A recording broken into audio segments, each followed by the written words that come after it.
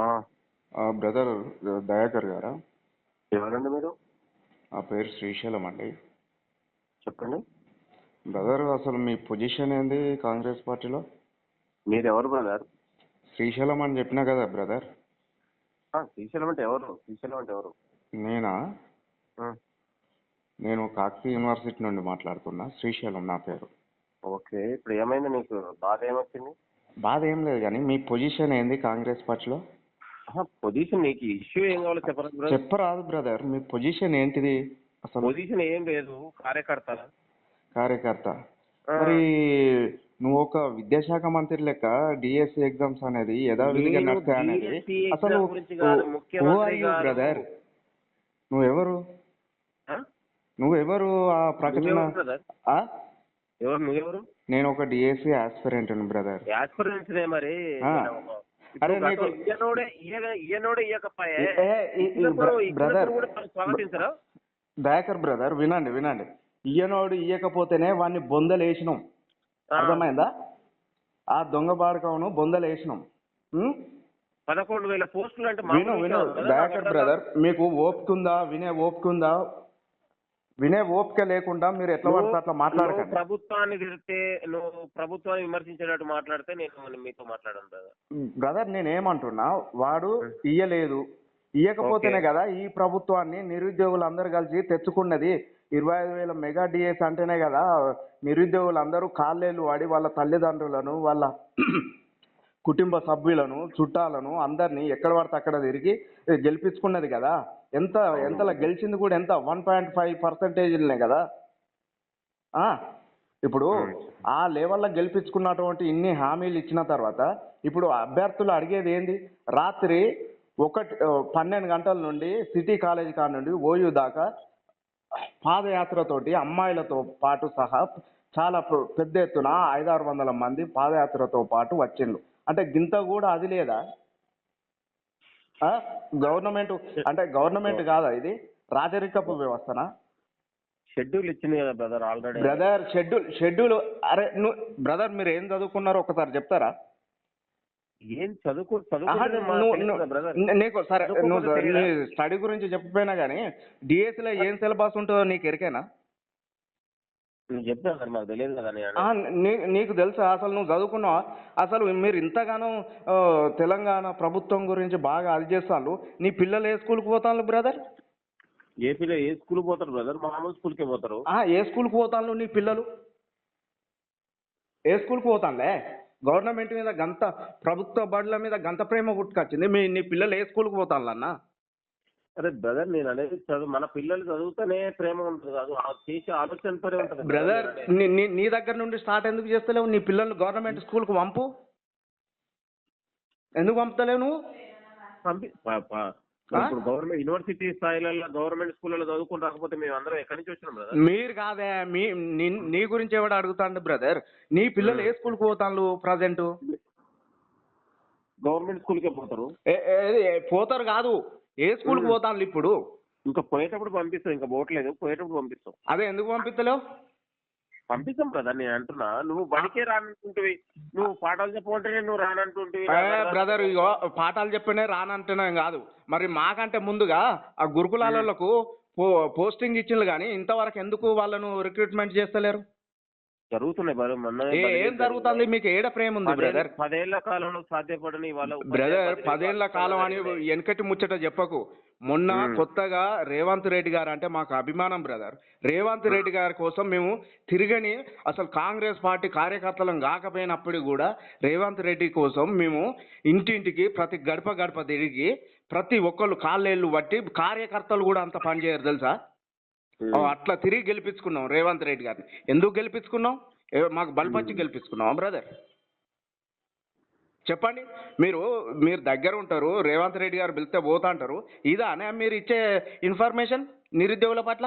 అరే ఒక పార్టీ నిజంగానే నిరుద్యోగులను అది ఇది ఉల్లేస్తాను, అది చేస్తుంది, ఇది చేస్తుంది అంటే అర్ధరాత్రి కూడా పార్టీనే ఉంటుందానే? పార్టీ రంగు పూస్తాను నిరుద్యోగులకు. ఏ పార్టీతో సంబంధం లేకుంటేనే కదా స్వచ్ఛందంగా చేసేది. ఎందుకు అడుగుతాను? అరే బ్రదర్, డిఎస్సి సిలబస్ అనేది చాలా హెవీగా ఉంటుంది. ఒక గ్రూప్ 1 ఆస్పిరెంట్ ఎంత ఉంటుందో ఆ లెవెల్లో ఉంటుంది డిఎస్ సిలబస్ అనేది. నువ్వు తెలుసుకో బ్రదర్. ఐపీ సబ్జెక్ట్ అనేది మొత్తం చాలా పెద్దగా ఉంటుంది. మీకు తెలియకపోతే, మీకు ప్రీవియస్ నాలెడ్జ్ లేకపోతే మీరు తెలుసుకోండి. ఎందుకు ఇట్లా నిరుద్యోగులను అన్యాయం చేస్తాను? మరి పదే పదే నువ్వు చెప్తేనే మేము చదువుకోవాల్సిన అవసరం లేదు. I'm also educated brother. మరి నువ్వు ఎడ్యుకేటెడ్ అన్నట్టు బిహేవియర్ అనేది లేదు కదా బ్రదర్. నువ్వు ఏ వీడియోలు చేస్తాను, నువ్వు ఎట్లా? ఇప్పుడు నాకు రోజు 100 కాల్స్ వస్తున్నాయి బ్రదర్. మెజారిటీ పీపుల్ అన్న పోస్ట్ పోన్ నువ్వు ఎక్కడ సర్వే చేసినావు? మెజారిటీ పీపుల్ అని చెప్తాను. నువ్వు ఏడ సర్వే చేసినావు? దేని ద్వారా సర్వే చేసినావు? ఫోన్స్ వస్తున్నాయి బ్రదర్. అన్న ఫోన్స్ వచ్చుడు కాదే, ఆ దొంగ నా కొడుకులు ఒక 500-600 మంది కావాల్సుకొని ఆ రామ్మోహన్ రెడ్డి గారి తోటి ఉండేవాళ్ళు, నీకేదో ప్రభుత్వానికి అది ఇది ఉండేవాళ్ళు చేస్తారు. కానీ అది కాదు. నువ్వు ఒక పోల్ పెట్టు. నువ్వు ఇవాళ పెడతావు, రేపు పెడతావు, సర్వే చెయ్యి, అన్ని విధాలుగా చెయ్యి. మెజారిటీ పీపుల్ ఎటువైపు ఉన్నారో అది నేర్చుకో. కానీ ఎవడు పడితే వాడు చేసుడు. నువ్వు నిన్న చేసిన వీడియో ఏంది బ్రదర్? ఇట్లా సెల్లు పట్టి చూపిస్తాను. అది కరెక్ట్ కాదు బ్రదర్. వినండి, ఇది చాలా సెన్సిటివ్గా ఉన్నది డిఎస్సి అభ్యర్థుల వ్యవస్థ. వాళ్ళు ఆత్మహత్యలు చేసుకుంటే రేపు పొద్దుగాల గవర్నమెంట్కు ప్రాబ్లం వస్తుంది. ఖచ్చితంగా నైతిక బాధ్యత వహించవలసింది గవర్నమెంటు, రేవంత్ రెడ్డి గారి ప్రభుత్వం. రేపు పొద్దుగాల మంచి పేరు రావన్నన్నా, చెడు పేరు రావన్నన్నా మీలాంటి చెంచా చేసే అటువంటి వ్యవస్థనే ఇది. దయచేసి అర్థం చేసుకోర్రి.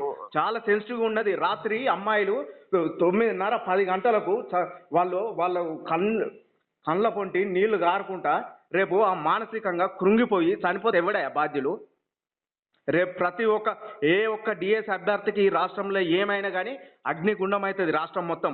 బ్రదర్ దయాకర్ గారు మంచిగా ఆలోచన చేయండి. దయచేసి ఒక మిత్రునిగా అర్థం చేసుకోండి అన్న. నేను దయచేసి పోలీసు వాళ్ళ కాళ్ళు పట్టుకోమన్నా అన్న, నిరుద్యోగులు చెప్పే పోలీసు వాళ్ళ కాళ్ళు పట్టుకోమన్నా అన్న. అందుకోసమేనా మేము గెలిపించుకున్నది కాంగ్రెస్ ప్రభుత్వాన్ని? అందుకోసమేనా అనే ఈ కాళ్ళు పట్టుకోవడానికైనా గెలిపించుకున్నది? రాత్రిపూట అమ్మాయిలు వాష్రూమ్ పోదామన్నా, ఏది పోదామన్నా ఆడ ఓనియకుండా లైట్లు ఆఫ్ చేసి 10 గంటలకు గిదా పైచాచి కానందమ్మా. గిదా పోలీస్ స్టేషన్లో ఆడ చేసే వ్యవస్థ గిదానే? ఆ గ్రౌండ్లో గిదా బ్రదర్? లేరా మనకు తల్లి అక్క చెల్లెలు లేరా? ఎవరు మనకు? మన ఇంట్లో ఆడోళ్ళు లేరా? అన్న దయాకర్ అన్న చెప్పే, నువ్వే చెప్పే అట్లా మరి అన్న. పైచాచి కానందం వద్దన్న దయచేసి అన్న. దయాకర్ అన్న ఒకటి వినండి అన్న, వద్దన్న బేషరాలకు పోవద్దు దయచేసి వినండి. ఎందుకంటే మెజారిటీ పీపుల్ మొత్తం నిన్న కిషాంక్ వచ్చిండు అన్న, వాడు టీఆర్ఎస్ వాడు దగ్గరికే రానిత్తలేమే మీకు. నీకు అర్థమైతలేదే? టీఆర్ఎస్ అనే పార్టీ వాడిని ఎవరిని దగ్గర రానిత్తలేము, కావాల్సుకొని వాళ్ళ అత్తాలు తప్ప. ఇది చాలా జెన్యున్గా జరుగుతుంది దయాకర్ అన్న, దయచేసి అర్థం చేసుకోర్రి. దయాకర్ అన్న, ఒక కాంగ్రెస్ కార్యకర్త కంటే ఎక్కువ పని చేసినమే కాంగ్రెస్ గెలవన్నని మాకు మనసులో ఉండదా అన్న? వాడు 10 సంవత్సరాల నుండి మనందరినీ సర్వనాశనం చేసిండు, మాకు తెలియదా అన్న ఆ వ్యవస్థ? దయచేసి మీరు పార్టీ రంగు పూలవంకండి. ఇప్పుడు జెన్యున్గా జరుగుతుంది అన్న ఉద్యమం. ఎందుకోసం అన్న? జస్ట్ మాకు కావాల్సింది ఏంటంటే, అరే మీరు మెగా డిఎస్సి తర్వాత జాబ్ క్యాలెండర్లు వేసుకుంటే దీనికి కావాల్సింది ఏంటంటే కొంచెం కాల వ్యవధి ఇవ్వండి అన్న, సమయం ఇవ్వండి అన్న అని అడుగుతున్నాం. అంతే తప్ప ఇక్కడ బేషరాతులు పోయేది ఏం లేదన్న. ఏ పార్టీని కూడా దగ్గర రానిస్తలేమన్నా. నైట్ 2 గంటల దాకా పోయి ఇలా తిరిగినామన్నా, మీరు చూడండి. అరే మాకు ఏదో పని లేక కాదన్నా, మాకేమన్నా రోడ్డు మీద తిరగండి అని సంబరం అన్న. మానసికంగా చాలా కృంగిపోయినాం అన్న. 10-12 సంవత్సరాల నుండి వెయిట్ చేస్తున్నాం అన్న డిఎస్ కోసం. ఆ దొంగ నా బాడకావు ఆ ప్రభుత్వంలో అందరం మనం చాలా పోరాడి కొట్లాడినాం, అన్ని విధాలుగా చేసి చివరిగా రేవంత్ రెడ్డి గారిని గెలిపించుకున్నామన్నా. దయచేసి గెలిపించుకున్నది ఇలాంటి వ్యవస్థ కోసం కాదన్న.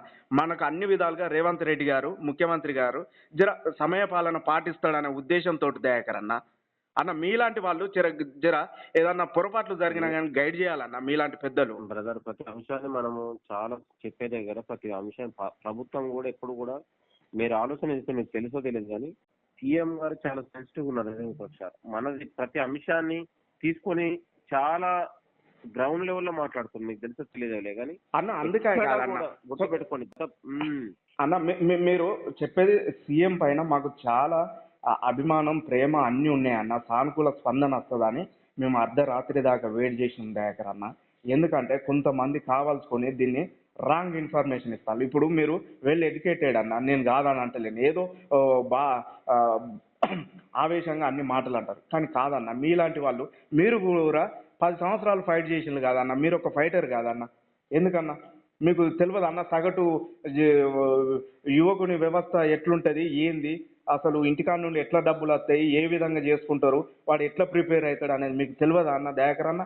మీరు అన్ని విధాలుగా అన్ని తెలిసిన వాళ్ళే, ఉద్యమంలో ఉన్నోళ్ళు, అన్ని విధాలుగా మీకు తెలుసు. కాబట్టి మీరు కూడా ఇట్లా రాంగ్ గైడెన్స్ ఇవ్వడం అది కరెక్ట్ కాదు దయాకర్ అన్న.